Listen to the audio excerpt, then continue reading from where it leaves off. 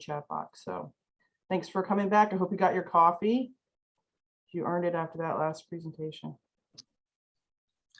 All right, thank you, Elizabeth, and good morning, everyone, and thank you for joining. So my name is Gerasimus Bastas. I'm over at the Vanderbilt University Medical Center, where I serve as the director for limb loss rehabilitation.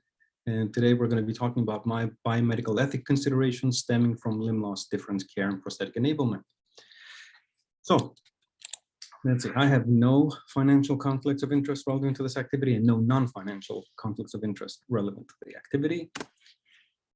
Our learning objectives today, we're going to learn how to, we're going to be able to count off and describe bioethical issues surrounding the decision to amputate, right?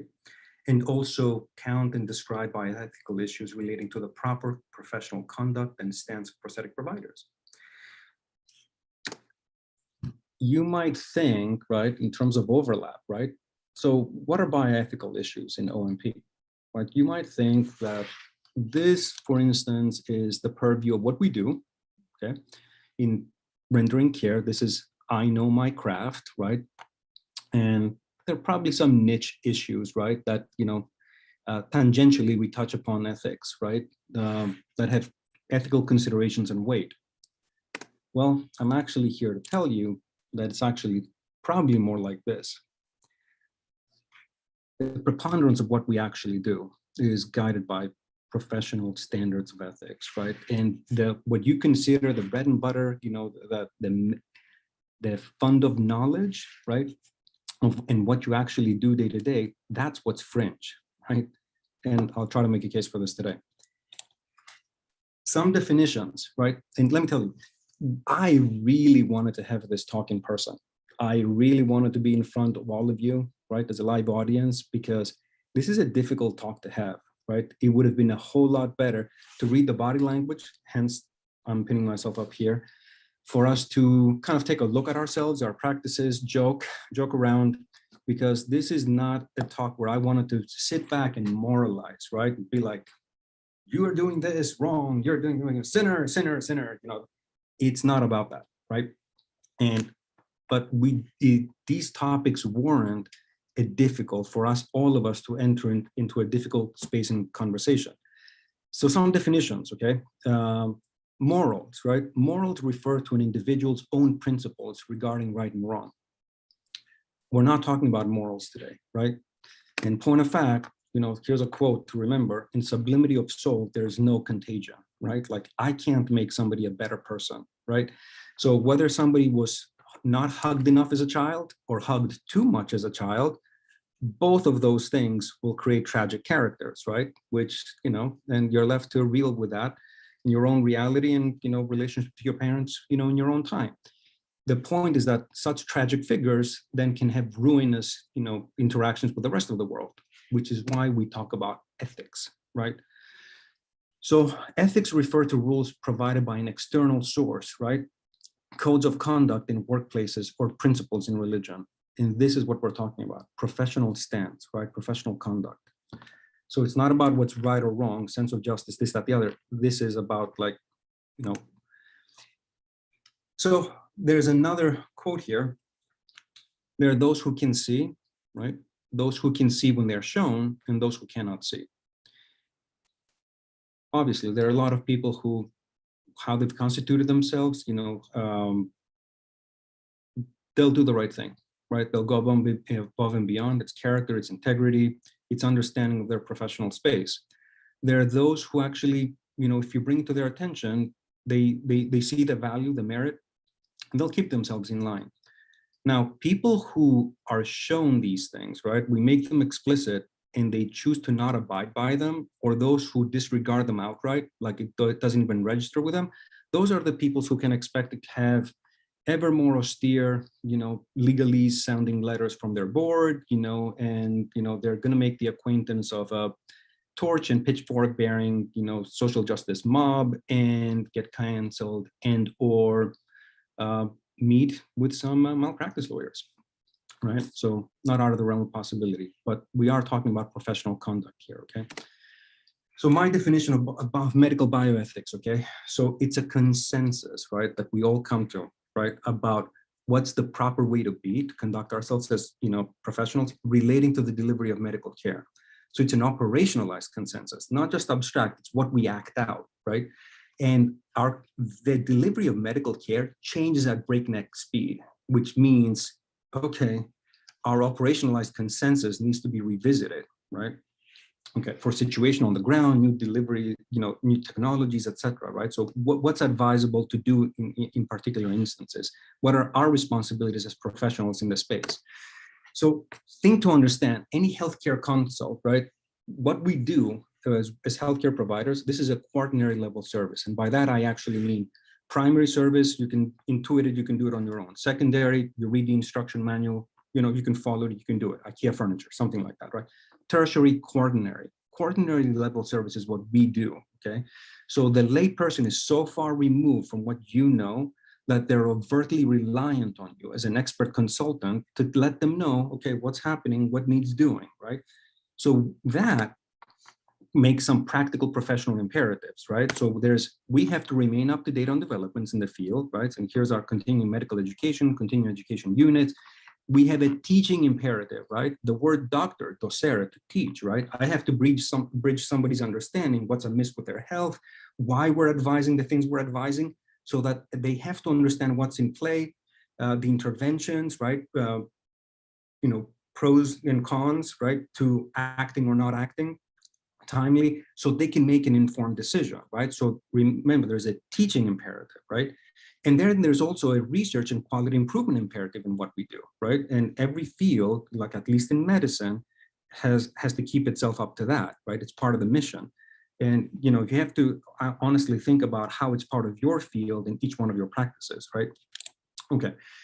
So let's talk about some of the typical bioethics sort of buzzwords, right? And principles and definitions. So autonomy, the right of an individual to self-determination, their ability to make informed decisions. The increased importance of autonomy can be seen as a social reaction to the paternalistic tradition within healthcare. We just told people how it was and what needed doing, and we just did it. We didn't explain ourselves or anything.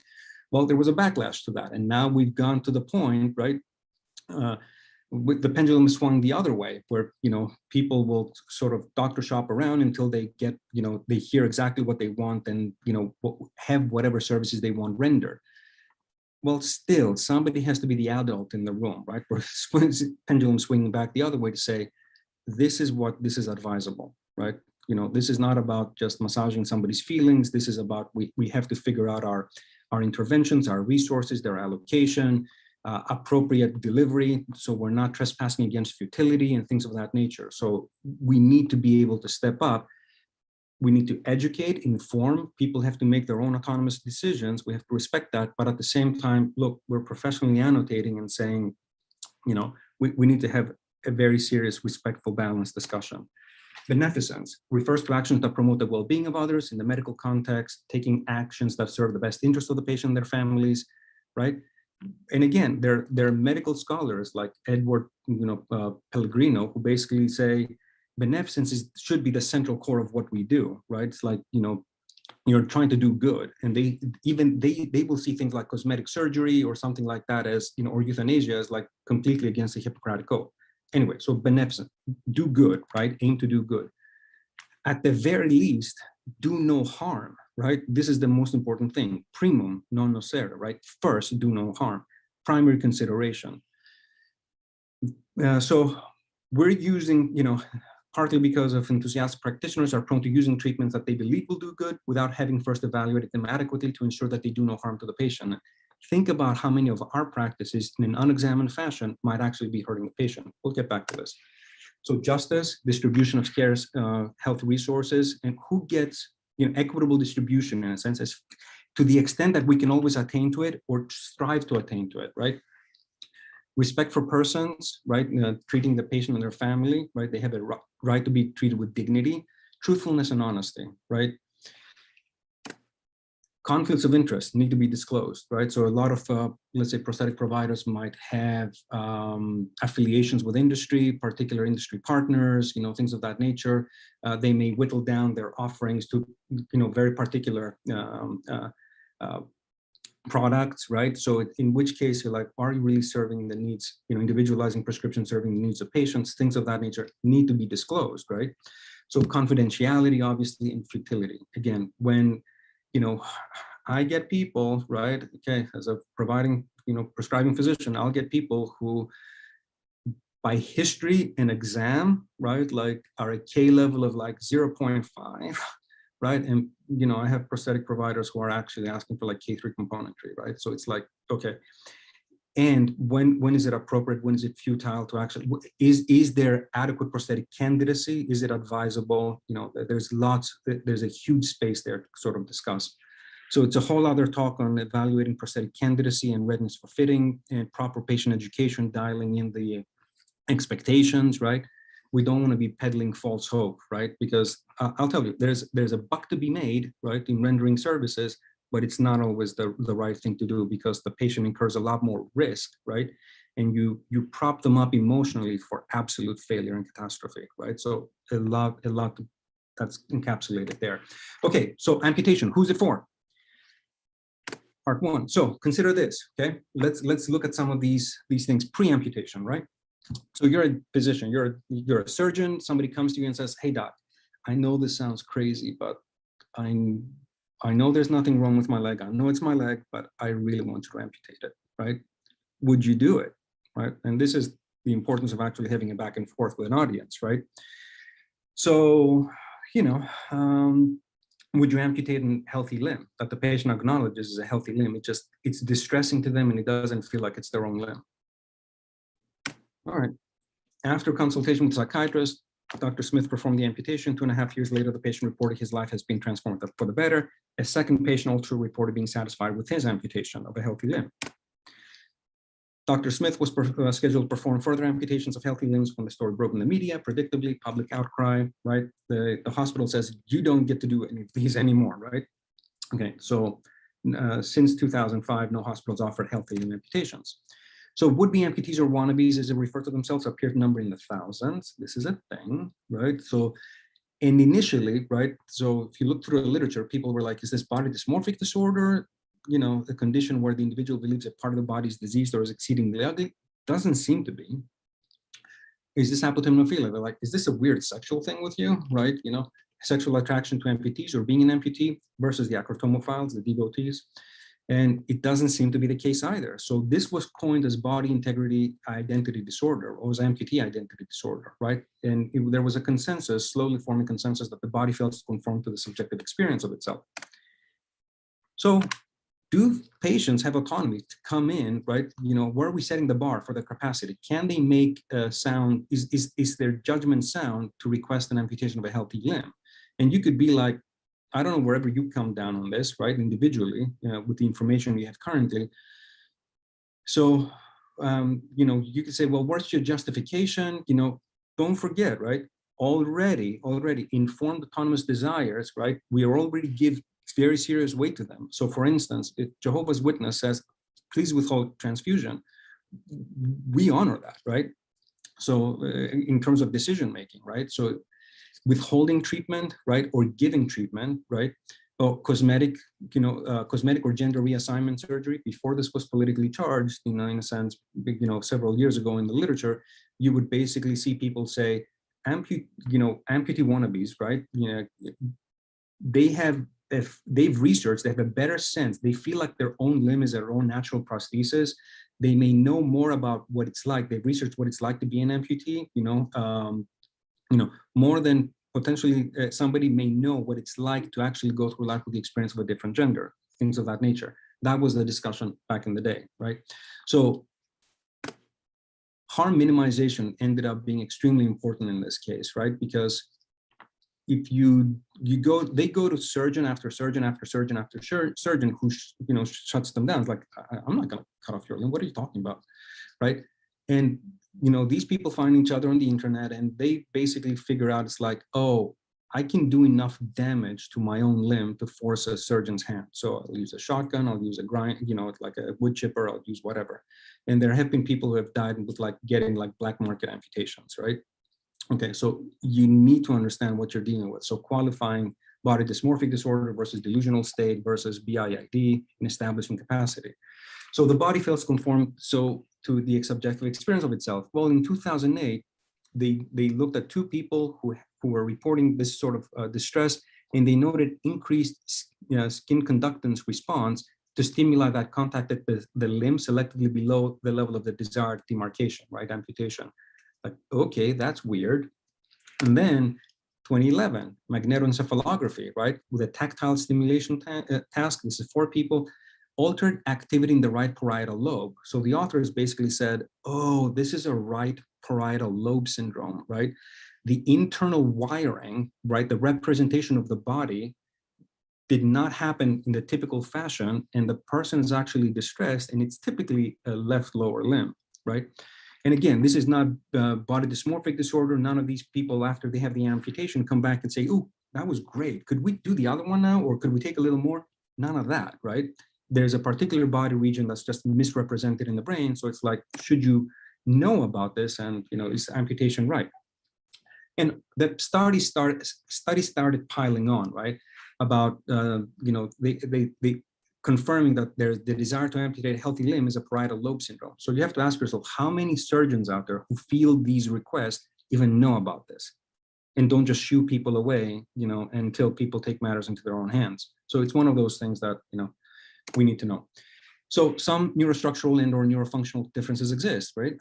So individuals show some psychiatric comorbidities during their lifetime, even though not sufficient to explain the desire. So very serious thing to sort of know about. A lot of the times you may field some of the questions from people who wish to know what it's like to be part of the life. They ask information, things of that nature. So it's good to kind of prop up for consideration, what this may be, and get them hooked up to the appropriate medical care and evaluation. All right. So it's a still obscure condition, needs interdisciplinary approach. It requires much more complex model that also includes social and ethical aspects. Consider this, right? And by the way, I put down here at the bottom, right, the principles that may be in play and that we may be trespassing against. Paraplegic patient requests an elective bilateral transfemoral amputation for intractably debilitating spasticity. This has happened. Like, would you amputate? Well, a surgeon went ahead and did it. Elective bilateral, transfemoral amputation. Dr. Jaffe basically says this is the first case, blah blah blah. Like we talked about it. It prompted a response by Dr. Silver, right, who basically said, first of all, amputation for spasticity in paraplegic patients has been prescribed multiple times, and actually the surgeons came down against it, right, like long-term in the literature. So in case of spasticity, it's vital that the patient is seen by a interdisciplinary team, what we would call today physical therapists, doctors, occupational therapists, surgeons, to eliminate spastogenic factors. So it says, Dr. Silver, quoting Dr. Jaffe, it's saying, we talked about alternative surgery, shifting center of gravity, and so on. It says, what does and so on mean, right? Did it include the aforementioned multidisciplinary approach? Did you exhaust medical treatment? Did you do a rhizotomy? Did you do this, that, the other, all these other things before you do an amputation? All of this to say, this is what you need to take stock of, right? It's no one person has a monopoly of knowledge, and having obtained the advice of a psychiatrist surely would have been prudent to at least have a conference with more experienced colleagues, right? So this is a surgeon, that kind of has one thing in their arsenal and they'll permit themselves to do it. Who else did you rope into the discussion? Now, think about how this applies to what we render as care, right, for prosthetic intervention as well, because no single prosthetist knows it all. No single prescribing physician knows it all, right? We really need to pull our minds together, right, and make decisions. All right, so your patient asked you your opinion on osseointegration, and I think you guys had a talk yesterday on the OPRA system. So what do you know? Because it's formative experience, right? And obviously, a lot of people will say, hey, I love not having a socket. It's like, yeah, great. Okay. Do you think, or do you understand what risks and alternative prosthetic enablement methods our patients are being made aware of, right? Are patients given all the options? Are patients being appropriately consented, right?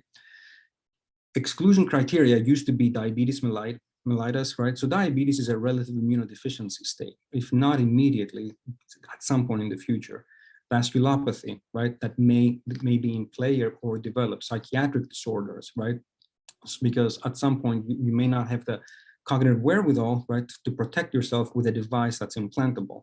Ongoing chemotherapy or corticosteroid needs really made you not a good candidate. So I don't have a crystal, magic 8 ball, whatever, to know who's going to need, a long course of, corticosteroids or chemotherapy in the future. And once they're in that space, their immune surveillance of said and protection of said implant is forfeit, right? So patient non-compliance, incapacity. So if of all the things we're going to talk about today, right, this is the one that induces me to for the proverbial, pearl clutching a little bit. And I'll tell you why, because you need to understand what immunosenescence is, right? So it's a process of immune dysfunction. Any tissue in the body will senesce, will get old, wane in its function, and so does the immune system, right? And typically around 65, depending on your level of, obviously, we reconstitute variably from mom and dad, the kind of living you've had, exposures to diseases, activation throughout time, etc. But typically after you're 60, right, at some point your immune system senesces. This is why vaccines don't take in the elderly, autoimmune diseases, right, and malignant tumors escape immune surveillance. And so it's not a matter of if, it's a matter of when. You're talking about deep infections of these implants, and we don't yet have enough man hours on them, right, to kind of see this play out. You have to ask the surgeons if, as of last time that I've interacted with them, these things, patients are not made aware of the long-term risk of how this plays out decades into the future. And the systems, the way they integrate now, right, explanting them, the way the osseointegration, the enmeshment with bone can happen is like, it's not an easy thing to remove if there was ever a need for it, right? So we're talking about more proximal amputations if and when comes time. Lots of things to talk about, like with advanced knowledge of foreseeable problems, what should be the proper consenting, and is this advisable? Now, out of curiosity, how do you think the widespread adoption implementation of OI is going to affect your professional scope of practice? Because let me tell you, right, we've been in this transition where, prosthetic providers, seriously, you guys are providers, right? You're not vendors. But here's the thing about stepping up from a healthcare standpoint to be considered provider, right? Okay, welcome to the scope of practice wars. Because, so for instance, right now, nerve conduction studies, EMGs, right? A physical therapist, right, can actually do a nerve conduction study in cold carpal tunnel without doing the needle part, right? So EMGs actually went from reimbursing something like $1,200 to like maybe like, $150 or $250, something like that, right? Because if anyone can do it, if you think I don't have to deal with sockets anymore, I'm gonna roll into work and just, modular assembly and tweak the alignment and I'm done. It's like, okay, I can train anyone to do that. What do I need a prosthetist for? There are socket kits out there now, right? That we train, we provide a certificate, the manufacturer provides a certificate of physical therapists to fit. So think about, widespread adoption of OI at some point in the future, right? It's like, there's the whole issue of whether it's medically advisable long-term in the best benefit of the patient, which is a whole unresolved medical scholarly issue that needs to be attended to and doesn't quite have the proper vigor right now. And this whole other thing of like, how is it going to affect your practice, right? Because if all I need to do is modular assembly and alignment, I can probably train other people to do this very easily. All right, amputation. So who is it for? Existing attitudes and practice surrounding limb salvage, very important, right? So unexamined motivations are out of step with evidence and technological developments. And here's what I mean. You'd think the algorithm would be simple, right? Are you dealing with a threatened limb? Is this a threatened limb? Is it positing risk to limb and life? So amputate, right? It's a foregone conclusion. Again, it's not about even what the prosthetic restoration can be. If somebody's limb and life is in peril, talk to them about it, get the consent, if and as appropriate, if there's time, amputate. Is this a potentially threatened limb in perpetuity? So imagine this, nobody wants to have a difficult conversation with a patient and the patient says, I want you to save my leg, doc, like I want you to do everything you can. Okay, the person doesn't have a future life's vision. They don't understand, it's a big unknown living, with limb loss, right? Where you settle out or anything, you know what it's like having your own limb, right? You don't want to forfeit having your own limb. At the same time, though, a physician, you'd think, would wise up to basically say, look, the circulation's on the fritz, right? You're not going to be able to put a whole lot of demand, right? Metabolic demand on this limb. The ankle is fused. The limb is insensate, so you can't really protect it, right? You're going to hobble along for a couple of years, and ultimately, it's not a question of if, it's a question of when, right? So having a discussion about saying, if you were to do the transtibial amputation at this time, right, what would that sort of look like, right? And giving an informed, nuanced, conversation about pros and cons. So we commit patients, right, when we don't want to have a difficult conversation, and we go down the limb salvage pathway. And by the way, it's appropriate. A lot of the times it is appropriate. I'm not saying, we're not defaulting to amputation here, right? So if I have an elderly individual who can still do, their functional transfers with a limb through limb salvage, right? Let them keep their limb, right? They're not going to fare any better with an amputation. But if it's a young traumatic person, right, who's like 25, needs to be plugged into vocational, reintegration, right? And that they're going to hobble along for the next 3 to 5 years. They're going to get divorced, addicted. The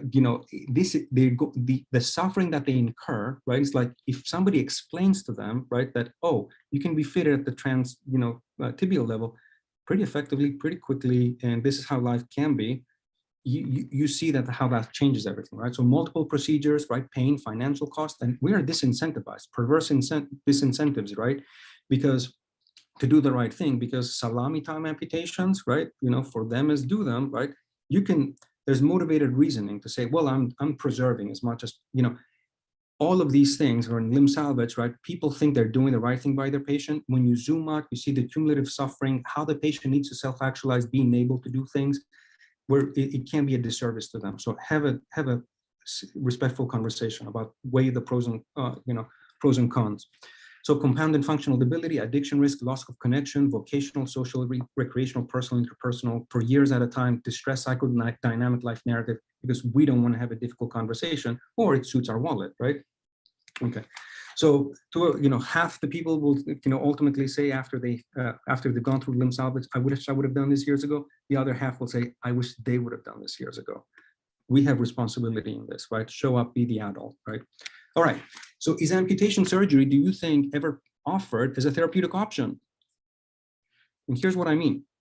So let's say I'm taking care of somebody who has fizzled out, juvenile rheumatoid arthritis, right?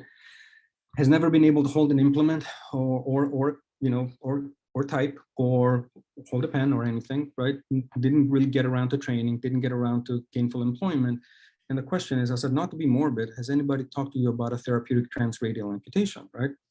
And there are a lot of people like this, right? Both at the beginning and the end of life. This is a non-functioning extremity, okay? And people may think this, which is pretty robust. We know what people can do with this, right? Nobody thinks this, though, right? Like at least the healthcare providers, right? Like the rheumatologists, a lot of pediatricians, et cetera, with congenital club feet, and et cetera. People don't think about the level of functional enablement we can afford, their patients, right? And nobody's offering an amputation as a therapeutic option. So I just want you to understand, and obviously, we no longer make them this way, right? Not to oversell it with hype. This is the last thing you want to do. You don't want to oversell it with hype. This is reasonable, right? We can get somebody back to self-actualizing, right? All right, so we have an ethical obligation to at least perform medical, educate medical providers and patients about the benefits of prosthetic enablement. And, here's a case in point, right? So teenager, 14, born with club foot, opts to have leg amputated to finally be pain-free and pursuing a dream of being a dancer, right? There's stories like this abound, actually, right? So there's a whole, okay. The point is, we started talking about zebra cases, right? Somebody out asking for an amputation of a healthy limb or for intractable spasticity. And I'm telling you, there's a big patient population that doesn't even get offered an amputation surgery when they ought to, right? When they must. Anyway, so lots of, there are deficiencies and blind spots in whole specialties and healthcare systems relating to the timely discussions and interdisciplinary coordination and delivery of education and care pre and post amputation surgery. Part 2 of this talk. Let's talk about our professional stance really fast. Prosthetic and orthotic provider, ethical professional stance, conduct, and practices. I don't mean to ruffle feathers, but I might, and it's okay. We just need to have an honest discussion about where we are, right? Okay, so imagine it's a nice, beautiful Saturday morning. You're looking up at the, like at your local healthcare, hospital, and there's a limb loss procedure about to happen, and there's blood in the water. And here come the O&P providers, right? Okay, let's talk about. And this is the part that doing it in person and having a laugh is very important, right? We need to sublimate some of the tension and anxiety surrounding some of these issues, because let's talk about the referral process, right? And right now, I'll tell you, it's on us. The healthcare systems, right? We don't do enough. We don't have enough providers in the know, right? To field those questions post-amputation. And you guys have been absolutely fantastic about being there and being the first point contact person to maybe give a person a glimpse of hope, a glimpse of what future lives visions can be like with prosthetic enablement. So that's a great service you guys step up to and do, for sure. And we're grateful for that. At the same time, though, right? It's quite unbecoming, right? When it's the upswing stream to get the referral as far upstream as possible. You elbow the other guy or gal out of the way on the way to the hospital room, right? You buy the doc a steak dinner, smooching evening, expecting them to then coast on familiarity or convenience. Let me tell you, it comes to the point, we're human beings. We have a bullshit meter, right? Like, ultimately, I want my patients to have a good outcome. Right? Like if we have mutual patients and, I see that you're treating them well, right? Fitting them well, my patients are happy and they self-actualize, I'm going to send you more business. A steak dinner is not going to win me over. Convenience, and familiarity is not going to make me keep sending patients to you, right? If I'm not seeing the outcomes, right? So we got to think about, and a lot of the old timers may say, oh, you just don't understand how the world, I understand how the world works plenty, right? And but you need to understand that stepping up to this, it's an outcomes driven business at this point, right? And that's the ethical thing to do. We'll talk about. So somebody from the healthcare system needs to have and document having had a discussion with the patient that they have the freedom and option to pursue their prosthetic care with any provider in the area or beyond. You yourself, anyone from your practice meeting a new patient for the first time, either brought in a consultative capacity or establishing care at the hospital, whatever, needs to have and document having had a discussion with a patient that they have the freedom and option to pursue their prosthetic care with any provider in the area. It's like, hey, look, we'd love to have your business, right? Here's a card. Take good care of you. Feel free. You need to stand on merit. It's word of mouth. It's not the shotgunning it, getting the catchment, the referral, right? It's about, and this, right? People will play musical chairs with the local prosthetic providers, until they find somebody's particular way of, treating them and fitting them affords them the appropriate outcome, right? So, you got to play the long game here, right? This is not about, marketing as much as it is about like stand on the merit of your work, right? Do right by people, do good work. Word of mouth is very important, and it earns you the professional respect, right? That then secures your referral lines, period, right? All right, so this is how a lot of my patients arrive to clinic, right? Kind of like this, and this, and this, and this. You know what I'm talking about? Yeah, limb protectors, right? Please do me a huge, huge, huge favor, okay? Do not use a limb or stump protector as a tag and release strategy to secure referrals, right? So the evidence, right? We can quibble about the evidence all day long about what they do and what they don't do, right? It shouldn't just be under the guise of fitting somebody with some prosthetic supplies. Here's a card, tag and release, I have established care with so-and-so. It's like, well, let's talk about it. Because I know this is not done for the benefit of the patient. When I ask the patient, did you get any education on how to use this? Did anybody on the floor know how to fit this or use this? Next setting of care, right? Provide education as to how to use this and how to troubleshoot it, right? Because when I get people, they show up in these and, the whole point was a tag and release. It's like, yeah, okay. It's transparent, right? So these things come with responsibilities. Nothing we dole out, right? Like you need to give appropriate, risks and benefits kind of sort of education, right? And all right, disclosures and teaching the patient the rights and responsibilities. I teach the patients, right? Once I have them in my clinic, I'm like, okay, you're about to be lower limb or upper limb prosthesis users. Here's the thing: don't act a fool on this leg. No party tricks with the arm, right? So don't take a blowtorch, Dremel tool, wrench to it. If anything, you're absolving your prosthetist of any wrongdoing, because the prosthetist is going to be like, I didn't look like that when I left my shop. Fair point. Fair point. Don't fashion or affect your own modifications to it. What are your rights?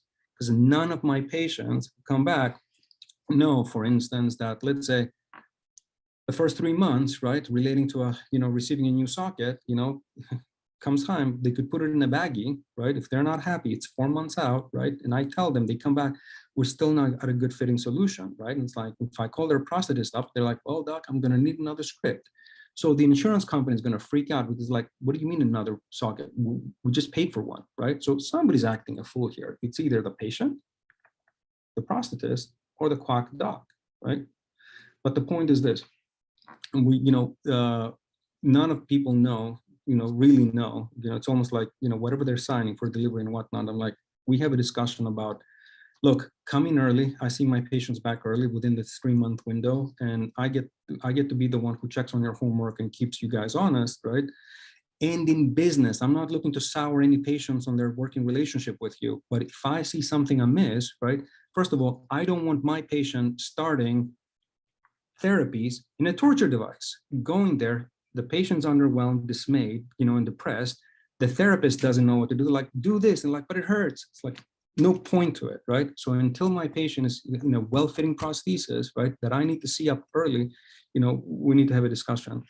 And okay, and if they're, for instance, let them know what the window of time is if they, before they commit to any sort of component like a foot ankle, for instance, right? So product showcase days, right? Not the most ethical sort of thing to be doing. Let me explain something a little bit. Or if you have provider training days at your company, industry partner comes in, right? And you're bringing in your own practices, model patients. Think about, it kind of turns into this, right? You get an MPK and you get an MPK, everyone gets an MPK, right? Because I get the call after the product showcase days, I get the calls a week, for the following month. Hey, Dr. Bastos, we just did a product showcase days and we asked people to come in and, Mr. So-and-so, they tried this foot and they really loved it. Would you consider, and I'm like, hang on a second, didn't we just get this gent or this lady a foot? Like, how old is the foot? They're like, oh, we just got it last year. Is there anything wrong with it? No. Right. So you're splitting the therapeutic team, right? Oh, we did this because we want the best, the latest and the greatest for Mr. and Mrs. So-and-so, right? You're splitting the team. You're setting the patient up with an expectation. Well, if only Dr. Bastos would write for it. It's like, you're the good guy, right? Okay. We can talk about what really needs doing here, right? And whether that you think is an ethical practice or not. It's really not. Under there's motivated reasoning, right? We can fluff, we can invoke our own emotional state that I care for the patients. I do everything right for the patient. It's like, I can argue you're looking for your profit margin, right? It's like, the thing is, please understand, how about only inviting people, right, whose components are at par at or past the expected operational life cycle, right? I mean, listen, computers are a great thing. You can keep track of when you've doled out a new foot, ankle, and knee. You can know exactly how long it's been. You can have countdowns to the components or whatever the case may be, and bring just those people in during these sort of events, because you're really strong arming, right, physicians, and other providers to basically, try to do something that really doesn't have a lot of the times any significant, substantial, medical legal justification. I'm the one who has to go to bat for somebody, right? And it's my license on the line and my professional standing, right? If I have to go and quibble and argue with somebody who doesn't know nearly as much, right, about prosthetics and prosthetic enablement, to argue that, well, it's going to hurt Mr. and Mrs. So's feelings, right, if they don't get this foot. It's like, okay, there's a proper time and place to do all this, right? Alternatively, right, because it's kind of cruel and unusual, right? To, call somebody and they're like, oh, let's say industry partners coming in, they want to, we want to get training on this new knee, and why don't we ask Mr. So-and-so to come in, right? He's always up for this sort of thing. He'll be a good model patient for us. And the patient's happy to donate their time. At the same time, you trial them on something, and guess what? What happens if it's really unexpectedly, in a sense, appropriate and good for them, right? And they just got the knee that they currently have that's meant to last them 3 to 5 years, right? Like they just got it like last year, right? And they're like, and I get the same phone call, right? We just had this going on and they really love this knee. It's like, well, how about your industry partner hires and provides model patients? Like maybe they can give somebody a job, right? Like there's different ways to kind of go about all this, right? Listen, there's times when this is appropriate to do, right? But we need to have a very, like uncomfortable discussion about where do we settle out, right? Where does the patient settle out? Where, how much of this is, financially driven versus, benefiting by confluence, right? Like the training needs, the practice may have, an opportune window for a patient to trial something new, like there's a better way to do this, right? Because otherwise, like I've seen these sort of practices in a sense kind of go haywire, right? And sour a lot of people in multiple different ways, right? So it's just something we need to remember. I go to the professional meetings, right? And we all clamor, right? Physicians and prosthetists and everybody, we clamor. Let me ask you, right? And again, this is the need to do a lot of this in person. Do we want more research done in the field, right? Scrutinizing outcomes. Yeah, we love it, right? Yay. Okay, clapping. Yes, we want research. When do we want it? Now, right? Okay. Maybe. Because let me tell you what's going to happen once we start scrutinizing our outcomes, right? It needs to happen because if we go argue for policy creation, they're going to say, where's your data? It's like, okay, you need data. What is this data going to show? Because I don't think you understand. We're clamoring for scrutinizing outcomes, and we should, but I don't think you get, we need to be pretty imaginative about how this all plays out. Also, do you want more knowledgeable physician partners attached to your patient's evaluation and care? Right? There's a whole talk I give on the appropriate, interprofessional dynamics, coordination of care for, prosthetic prescription and everything. Let me tell you why this is important. People will meet me and we'll talk about our local providers, right? I think the feedback I get, maybe it's just to my face, I don't know, right? The feedback I get is like, we love the documentation you give us, we get paid, things don't get shut down by the insurance.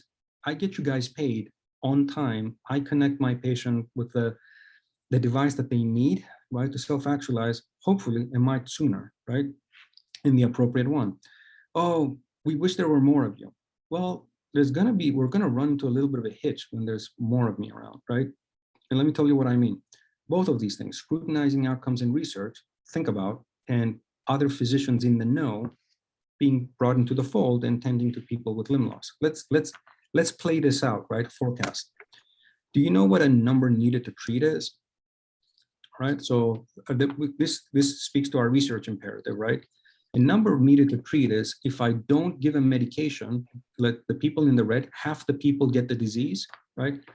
How many people need to get a pill, right, for me to decrease the incidence, the prevalence of the disease, right? So here, let's say, you'll see that 4 people have to take the medication for 1 person to not get the disease, right? So, I have to treat this many people, and these people, even though they're treated, are still going to get the disease. So the number needed to treat calculation.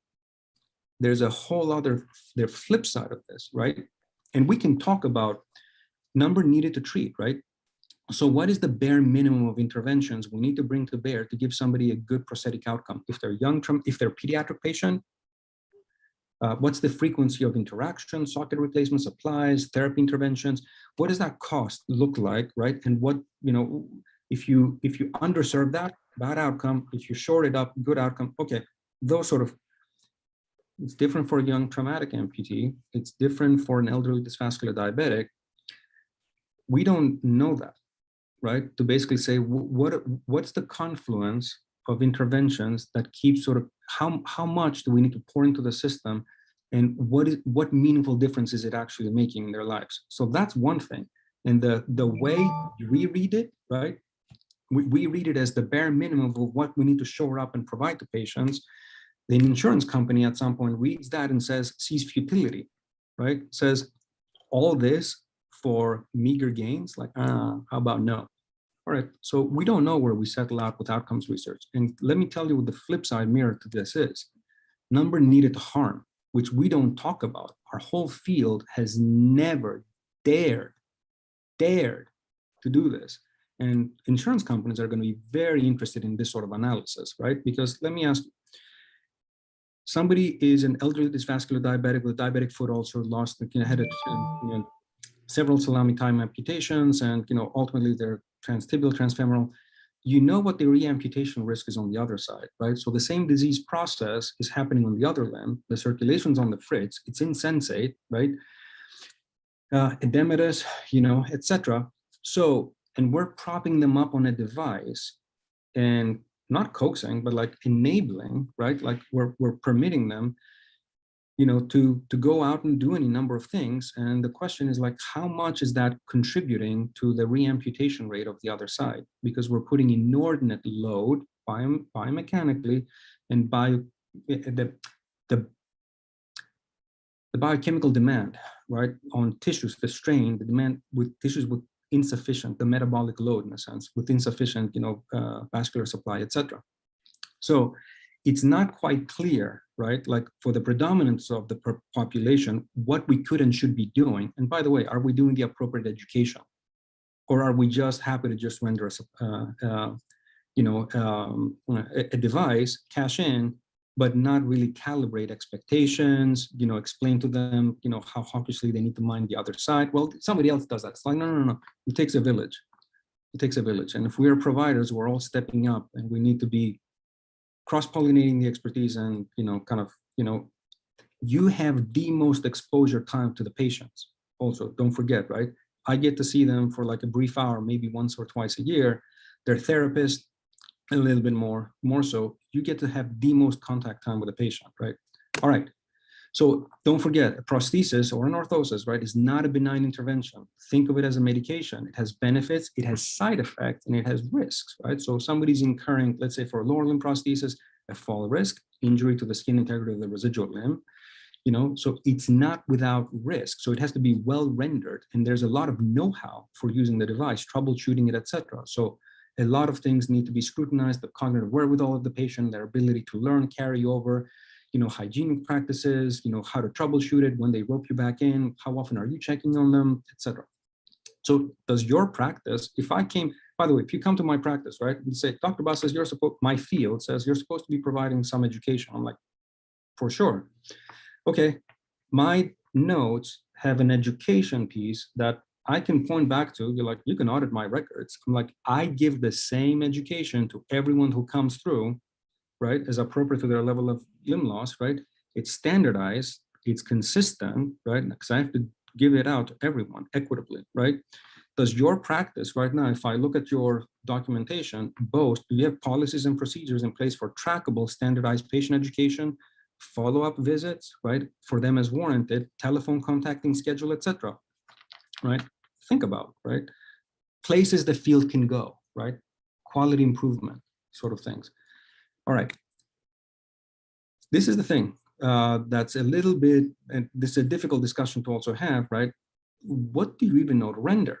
And here's what I mean. It would be unimaginable. I'm the prescribing physician, right? Let's say I send my prescription to a compounding pharmacy and I said, I want you to make an ointment. I want 5% pregabalin, I want 3% lidocaine, I want this, that, and the other, right? That's my prescription. I'm the prescribing physician. And the pharmacy calls back and says, we don't do it like that. I'll whip up something I know how to do. Like, excuse me? What? Okay. So here's my question to you, because if you have research, scholarly endeavor, basically looking at the effects of different socket biodesigns, right? If you have physicians like me who basically say, I don't understand, why can't you make a Marlin anatomical socket?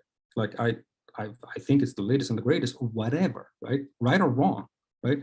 What do you know how to render? Oh, don't worry, doc. I'll just make them, something like, I've been doing this for 20 years, okay? And I'll make them something like my grandpappy, taught me how to make, and his grandpappy before him was like, well, not quite, right? Obviously, right? Like, I'm not being disrespectful. The fields evolve, materials evolve, our practices evolve, but at the same time, let me ask you. So we've got things going on across the world, right? For somebody who's low-level functioning, right? And, not going to be doing a lot of active running, a lot of sitting. Do you know how to make this? Do you know how to make a flexible socket and render it if I ask for it? Okay. How about, can you make a CJ sale? Can you make a hi-fi? Because if you're inviting physicians and scholarly attention to outcomes and people are like, but wait, I read this study that this, do you know how to make this? You're like, no, I'll make them something that I know how to make, or something that it's like, I'm asking you to make this. Do you know how to render it? Are we ready to have that discussion as a field? I hope you are. At some point we will, we need to, right? So, so here is your ramal containment, in a sense. Here's a subischal medial border, subischal posterior border. It's like, who knows how to make this? If I need that rendered for one of my patients, who knows how to still make a skin fit socket, right? So does anybody know what this is? Not to plug the company or anything, but let's say an initial ramal containment socket of this type is available as a kit now in other parts of the world by major manufacturers, right? So there's really very little sort of excuse to basically not shore up our training and standardize.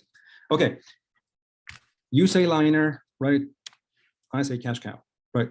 I'm being cheeky here, right? Like, obviously, I'm not discounting the importance of liners and the benefits, and I want them on all of my transtibial patients.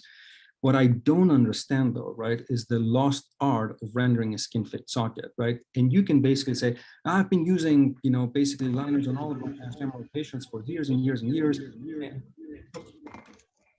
And basically, oh, I think I can hear my own voice through this now. Okay, all right. They do really well. So why do I need to make a skin fit socket? It's like, well, there's some patients in which, it may need to be tried. Okay, to basically chuck it up all day, again, motivated reasoning, right? That our reasons are not apparent to us, but like, if we have consumables from every patient every 6 months, it's like, yeah, I can see the case for it. And it might be a cop out to basically roll up a liner, have it, the liner imposes shape to the residuum, we're casting around that, and that may not afford the most comfortable fitting solution. A well dialed in skin fit socket might, but it's a dying art, right? Okay, so what could and should we be doing so in that front? Because if you say, skin fit sockets are no good, right? My reaction to that would be, oh, really? Right? The question is, can you make one if you have to, right? All right, so what could this be alluding to, right? Again, this is another difficult conversation to have. And this is why I'm saying we're entering the era of big data. Okay, and let me tell you a little bit. Let me forecast a little doom and gloom about what that's going to spell. Let's say I can audit the practice's records for the frequency, or somebody can audit I can audit my own records for what I have prescribed to people, right? From a medical legal standpoint, life care planning basically says a socket is expected to last you something like 3 to 5 years. Most of the patients I see end up coming in requesting / requiring a socket replacement every 8 months to a year and a half. Something's wrong there, right? It's one of those, hey, they used to make shoes that could last you, years at a time or a lifetime, versus the kind by design, right, is going to fall apart within a year or two and you have to replace it. So here's what I mean. I think we have some perverse disincentives in the field that we really need to be able to talk about more openly. So should poor craftsmanship, right, be rewarded with more profit margin? What incentive do O&P providers, let's say, have in the field? And here's the thing, right? Listen to me. I'm not devaluing anyone. I know everybody's stepping up to the best of their abilities, and you guys do incredible work, valuable work. At the same time, though, please understand, there's no pressure, right? There's no pressure to up the ante, develop better skill sets, render something that serves more meaningfully, right? If I see practices whereby, let's say, a check socket is not is rendered, worn for all of 5 seconds, right? The patient is told, yeah, okay, yeah, come back. I give you, I'll have your leg ready for you next week, right? Nobody spends time in a check socket. Predictably, whatever is rendered, if they can hobble along with it for the next 3 to 4 months, we may not be at an optimal fitting solution. Patient may not know any better, right? They're trying to stay afloat because they need to functionally, and then they're coming to see me predictably 6 months down the line because with back aches, or some problem with the residual limb, and it's like, well, maybe if we wore that check socket for 3 to 5 days, maybe if we did a second one, maybe if we dial this in properly, made a smart decision about where to attach the lower componentry and align it better, right? No artistic and creative license is taken with those decisions. They need to be evidence-based with patient feedback, right? But based on actual function, taken through the motions throughout their day, maybe, it's like we're going to have a better outcome, right? But there may be a perverse disincentive whereby somebody could say, if they're comfortable for now, if you're good, I'm good, right? And they're just going to come, predictably, they're going to come 6 to 8 months later. And it's like requesting another socket. It's like, but the physician's hands are strong-armed, right? Not tied, they're strong-armed. Yeah, at that point to be like, it's like, well, what can I tell you? You need another socket, right? At the same time, I'm going to see that patient. I'm educating my patient, and I'm going to see them back early. And I'm going to call you up and say, this is what I'm seeing. You didn't do this right. What are we going to do? Are we remaking, refabricating? What are we doing, right? It's a difficult space to be in, right? But you need to understand, right? Like, we hold each other up to standard, right? We want to serve our patients well. Doing the right thing by the patient, by the way, is once they're happy with you, you got them for life. They're going to keep coming back to you for their business, and they're going to be your poster child who attracts more business word of mouth to you. By the way, you earn the long-standing professional respect of every referring provider in the area because they know you do right by your patients. You make the profit margin on the back end on the long game. Anyway. So the inevitable landscape is going to look something like this, right? So at some point, because you haven't had a taste of this yet, you might think you're being barraged with declining reimbursement, this, that, and the other. Let me tell you what it's going to look like. At some point, insurance companies are going to wise up and hire people like me, right? Who are going to look at claims, because you know what they end up doing? Medical directors at some point, right? You know how they sleep at night? They basically say, we keep the industry up to its standards. Like, what are your practice guidelines? Yeah, we hold that yardstick, that ruler, right? Your outcomes and whatever, your fitting guidelines, right? And everything, we hold you to that standard and you're not meeting it, right? It's like, there's going to be pressure from insurance companies. There's going to be, with the more prescribing physicians coming to the know and look at this more scholarly, there are going to be a lot more demands on what you render and how. Oh, and by the way, patients' word of mouth and social influence, right? So the blitzkrieg is coming. To think that it's already here, we're lacking in imagination, right? So again, we're getting close to time. Don't peddle hope. That's the Pandora's box is not about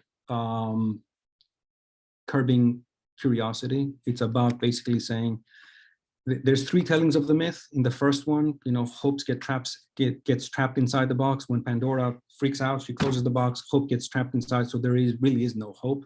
Or I'm sorry, the first telling, like, hope escapes. So at least there's hope in the world, right? There's all these evils out, but at least there's hope. In the second telling, she closes the box, hope gets trapped inside, there's no hope. In the third telling, which is the most psychologically mature one, basically says, all these evils are coming out of the box. Pandora is horrified. She tries to close the box, but as she tries to do so, the most horrendous thing comes out, right? The worst monster you've ever seen. And she's, it springs out into the world, and that monster is hope. So be careful how you queue up considerations, expectations for patients. Oh, you're going to be great, whatever. If you don't understand heart and lung changes, post-amputation, medications in place, their emotional state and whatnot, and if you're basically speaking to, from a marketing standpoint, if the old standby script is like, oh, you're going to be great, you're going to get back to this, that, and the other, people may not for other reasons. And I don't think you understand how much harm you may inadvertently be doing just trying to relate on a human level. The more you know about what's in play for that particular patient's care, it's like, don't overhype it. Have a nuanced, respectful, calibrated, you don't beware the impact of people's psychological well-being, because this is why they're going to sour on you, a lot of patients, right? So be careful how you treat your professional assets, right? This is very important, right? So if you've got new recruits, trainees entering the workplace, right? If they see shady business practices, if they're overworked, like I need you to cover 4 hospitals and 3 nursing homes. Good luck keeping them. If they get leaned on for increased productivity, right? Like the buzzword, right? And it's like, no, it's not about efficiency. It's about like, this is something that takes time to render well, right? If there's no room for growth, personal, professional growth, or creativity, no path of rising seniority, employer does not distinguish between good and bad providers. People don't leave jobs, people leave people, right? Okay, so that moral distress that our trainees may have. So professional value added, good ethical professional stance that benefits patients and professional providers, prosthetic providers, respectful, transparent, coordinated referral procurement process, stand on the merit of your services, provide patient education, proper and actual check socket utilization. You hold off on fabrication, right? Let's say I've got somebody who's walking like a pretzel, they've got core deconditioned, they're short contracted, they've been walking lopsided for a long time. Yeah, they need a socket replacement. Don't render it. And you're like, even if they come to you, you're like, I think you need some therapies, right? How about they go to therapies, we get them straightened out, then we refit them. We help them ratchet out of those bad adaptations, long-term adaptations and gait habits, right? So timing, coordinated care, develop your professional assets, offer incentives for expanding expertise. I would want to know that your practice boasts at least 2 people who can make a Moss socket, who can render a CJ cell, a hi-fi, or whatever, right? 20% of their time should be spent on learning new techniques and materials. It's going to pay for you in dividends in the future. And I say 2 assets at least, right? Because one's going to be out on vacation at some point. Somebody in the practice should know how to render whatever, right? That sort of thing. Long-term planning, that's how you build it, right? And have 1 or 2 people who plug in patients or the practice into research endeavors efforts and who are performing internal quality review checks, right? Basically saying, my God, I've got this one person working in the shop. Their patients keep coming back a whole lot sooner. Do we need to take a weekend to go over something? Maybe. All right, so here's basically what happens, right? You're making mistakes. We all are. Physicians foremost. Again, we're guilty of this all the time. Cognitive errors in medical discipline. When we know, I know what is. I'm not humble. I don't think that you can chime anything in. I know it's my way or the highway, right? We're down here with certainty. No moral distress in certainty, right? But lots of errors. Now, we don't want to have a difficult conversation. We're psychologically apprehensive. It takes energy, it takes time, and we need to be, if you haven't had the training of how to have those difficult conversations, you never feel, there's more moral distress, right? And you're like, we back away, right? So where do we need to be on this page? We need to be off of this page, right? Be humble enough, solicit opinions, improve your skill set, right? Be ready and eager to have difficult conversations with patients, negotiate expectations, etc. That's where it's at, right? Like we need to be steer clear of all this. So all morality should be sympathy. And by that, I mean, like, honestly, it's like, what sort of world? Like if your great-grandchildren, your great-grandchildren meet with limb loss for whatever reason in their lifetime, what sort of reality and landscape do you want them to navigate? What sort of professionals do you want them to interface with? How ready should the healthcare system be ready to tend to them, right? With dignity and with good delivery of care, right? With good practices, right? like be the change you want to see in the world. At the very least, like the same thing you would want for your loved ones, render onto others, right? Okay, some references real quick. And because and the one bonus thing is like always like, is harm to prosthetic limb property damage or personal injury? It's an interesting question to ponder, but the punchline of that being, right now, we see damage to prosthetics limbs as property damage. We don't see it as personal injury, right? Which we probably should, because I don't think under the property damage regime, they do not adequately demonstrate the victim's reliance on the prosthetic limb. Monetary limits on property is much lower than personal injury policy limits. But I would say, look, this is something that needs to be revisited. It's not just property damage. I really think that something that shores up